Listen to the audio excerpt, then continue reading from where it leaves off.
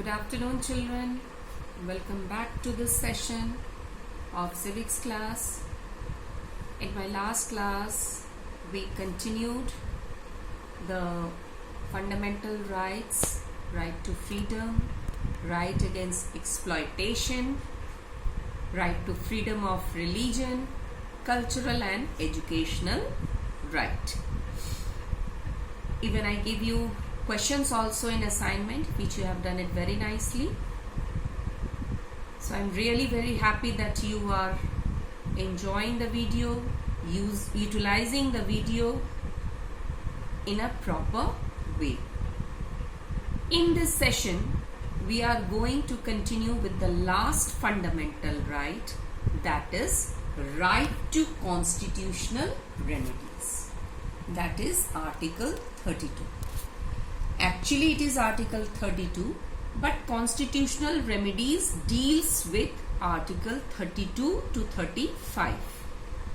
But these 34, 33, 34, 35, it is not in your book, so you don't have to go in detail. First of all, right to constitutional remedies. Remedies means to rectify anything if something has gone wrong. So this right to constitutional remedy is the soul of the constitution, is the heart of the constitution. You can say it is one of the important fundamental right out of all the 6 fundamental rights. And it was called soul and heart of the constitution by Dr. Bhimrao Ambedkar. So this right to constitutional remedies empowers the citizen to move to the court if their rights are violated or if they are denied the fundamental rights. In other words, we can say a person can move to the Supreme Court if he or she fundamental rights are violated. And we can go to the Supreme Court according to Article 32, and we can move to the High Court according to Article 226. So this rights comes under Article 32, which is given to Supreme Court, and 226 articles where High Court deals this power has been given to High Court. Now, under this constitutional remedies, we have 5 writs. We have 5 writs. Before that, let me explain you all these importance. It not only provides rights but also prescribes remedies against its violation. Just now I told you that if your fundamental rights are denied, violated, one can move to the court for it and get the remedial steps against it. Second, it was created as the main fundamental right because the Constitution recognized the need to protect the right of the citizens. Simply giving fundamental rights is not meaningful unless and until the citizens' rights are protected. So we can say that this fundamental right to constitutional remedies, protects the rights of the citizens. Next, it guarantees the right to move to the Supreme High Court for enforcement of fundamental rights. If in any case somebody's rights are violated, one can move to the court to obtain justice and have the remedy, or you can say the court will take the steps against that violation. The Supreme Court has the power to issue directions or orders of writs which may include. The Supreme Court has the power to issue directions. Now, who is going to provide these remedial steps? So, the Supreme Court has got the power to issue the writs against any type of violation. So, we will come across the different writs, 5 writs. First writ is habeas corpus. It means you must have the body. You must have the body. By this right, it means any unlawfully detained person may be produced before the court to find out whether the detention was legal or not. This writ protects personal liberty. Yes, this right really protects personal liberty. Now, I'll just give you an example that if any person is detained by anyone, for example, X person is detained by person Y, then X person will move to the court against this detention, and the court will issue an order against the person Y, will issue an writ against it, and this writ, in this way this writ will be issued.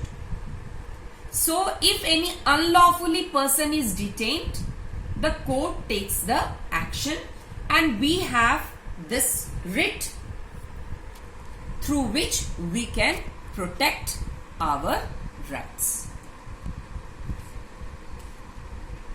So overall, in habeas corpus, it means that if the order is issued by a court to a person who has detained another person to produce the body of the letter before it, it is applicable to public authority as well as private individual.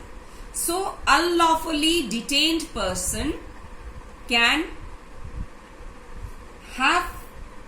protect his or her right through this writ. Now we come to the second writ, that is mandamus. Mandamus, it means it is a command issued by a court to any authority directing it to perform a public duty imposed upon it by law. In other words, we can say that it is a command issued by a court to public official to perform his or her official duty. For example, I'll just give you an example of Bahubali movie. Katappa was asked by his godmother to kill Bahubali. But for the first time, Katappa refused to kill Bahubali.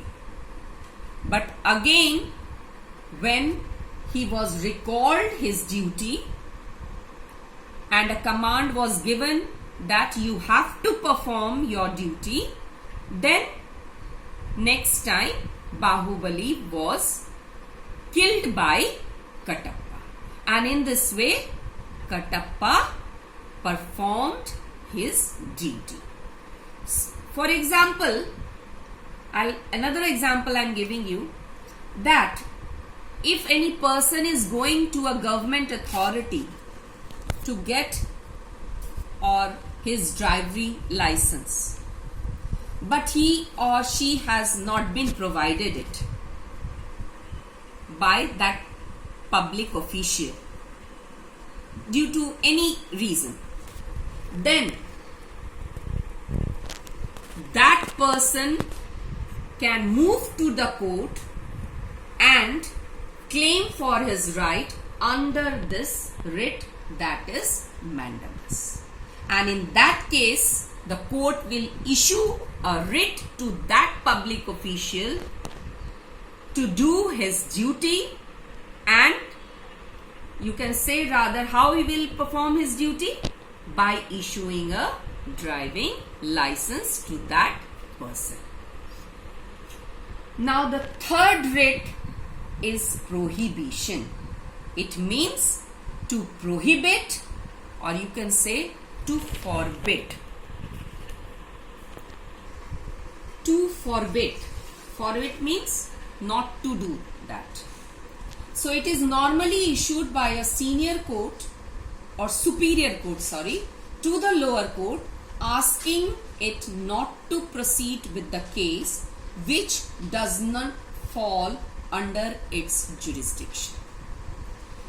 This writ is specially for those judicial body. So always the upper court will command the lower court that not to interfere and not to proceed with those cases which does not fall in his jurisdiction. So forbid means not to do, means the upper court will stop the lower court from doing this. The next writ is quo warranto. It restrains a person from acting in a public office for which he or she is not entitled. It means, what is your authority? The question is, what is your authority? So in this writ, the court can ask that what is your authority? Means, if any government employee does not have the right, does not have the authority to do that particular thing, then he or she is not supposed to do. Here the court will ask that what is his or her authority. Again, I am going to give you an example that if a police officer is harassing some people due to any reason, then that person will move to the court and ask. Then the people or that person can move to the court and ask the court to issue a writ, and the court will issue an order that person will ask the court whether that police officer has the authority to do that above activity or not. So, if any person does not have the right or authority, and if any particular person wants to know, it can move to the court to seek this writ quo warranto. Now the last writ is certiorari. It means to be fully informed. It means to be fully informed of. This writ is issued if a superior court wants information from a lower court to enable itself to deal with the case effectively. Means that upper court will issue an order to a lower court.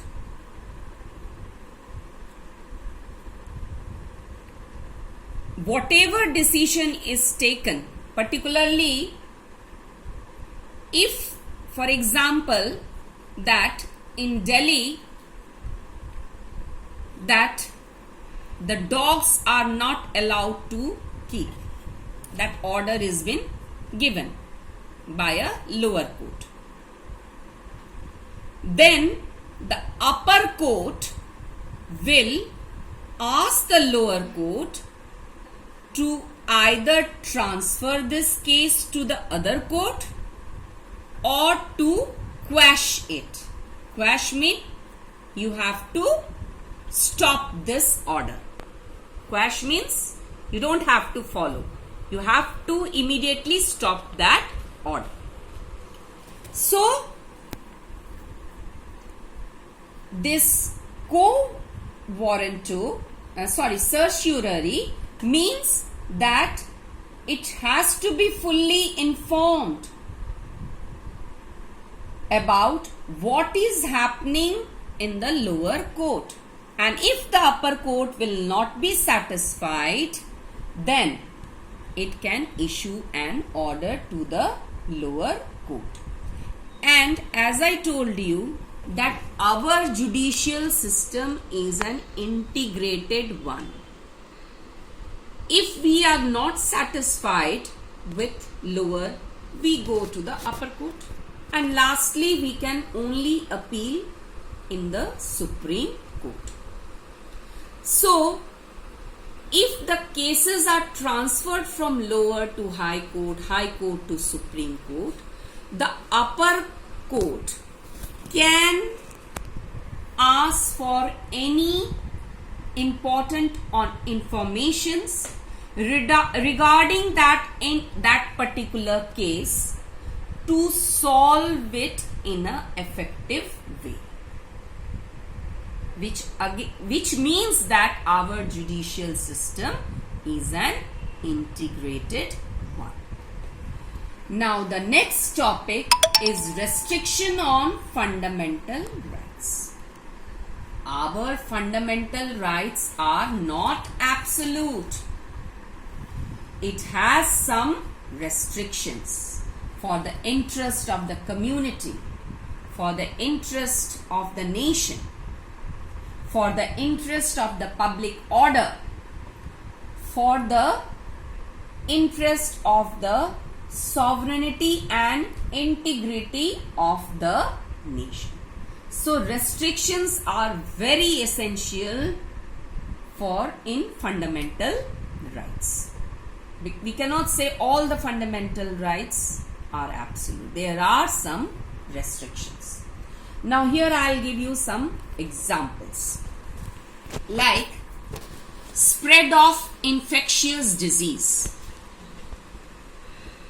like malaria, dengue, and even today the current one is COVID-19. So what is our duty? To stay at home, and if any symptoms are being found about this disease, we can immediately inform and go to the hospital to get the treatment. So there are some restrictions so that the whole community or society is not infected. Second example, practice of any profession or occupation. It is given this right in your fundamental right to freedom. But what does it mean? This does not mean that we involve ourselves in smuggling or robbing or gambling, which affects our society. So this is the second restrictions. The third is, nobody can claim that I am a doctor or a lawyer or engineer unless and until we have the certain qualifications. So without qualification, we cannot claim to be a doctor or lawyer. So here are also some restrictions on fundamental rights. Again, freedom of speech and expression. We have got the freedom, we have got the liberty to speech, to express our beliefs, faiths. But does not mean that we can speak anything which affects the society, which affects the sentiments of any community, or you can say that it directly or indirectly affects the nation. So these are some restrictions on fundamental rights. Now the next subtopic is fundamental duties. Fundamental duties, we can say, is very essential part of our constitution. Rights are not meaningful unless and until we have fundamental duties. So it was added in the 42nd Amendment Act in 1976. Earlier it was having 10 fundamental duties, but at present we have 11 fundamental duties, because in 2002, by the 86th Amendment Act, when right to education was declared as a fundamental right, then 11th fundamental duty was also added in our Indian Constitution. So these are the 11 fundamental duties. So let me explain you one by one. To abide by the Constitution and respect its ideals and institutions, the national flag and national anthem. We should go according to the provisions of the Constitution. We have to follow the Constitution. We cannot go against the Constitution. We have to respect its ideals mentioned in the preamble, which is the introduction part of the Constitution. We have to respect the national flag and national anthem. Children, when you are doing national anthem in school, you stand in an extreme attention position. So attention position means you are giving respect to your country, to your nation, to your constitution. Next fundamental duty is to cherish and follow the noble ideals which inspired our national struggle for freedom. It means that we have to cherish those ideals, those ideologies which our freedom fighters took. We have to carry it out. We have to follow those ideals, because unless and until we follow those ideals, we cannot keep our country in a safer side. So, in the interest of nation, we have to carry those ideals which our freedom strugglers inspired, and through which, you can say, through those ideals, these freedom fighters achieved independence. To uphold and protect the sovereignty, unity and integrity of the nation means we have to keep our country safe, so that again we cannot come under any type of foreign rule. So we have to protect the sovereignty, we have to be united, and we have to be integrated one. And once we are integrated, once we have the feeling of brotherhood, then only we are united, and then only we can make our country strong and a strong sovereign power. The next fundamental duty is to defend the country and render national service when called upon to do so. Yes, as a lover of nation, we should always be ready to provide service to our nation. Next fundamental duty is to promote harmony and the spirit of common brotherhood among all people of India in difference in religion, language, linguistic or languages you can say, or sectional diversities, to renounce practice of derogatory to the dignity of woman. Means we have to follow the feeling of brotherhood. We have to carry out the brotherhood feeling.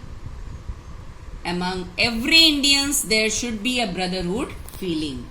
Whether we belong to any religion, any language we have, any community we belong.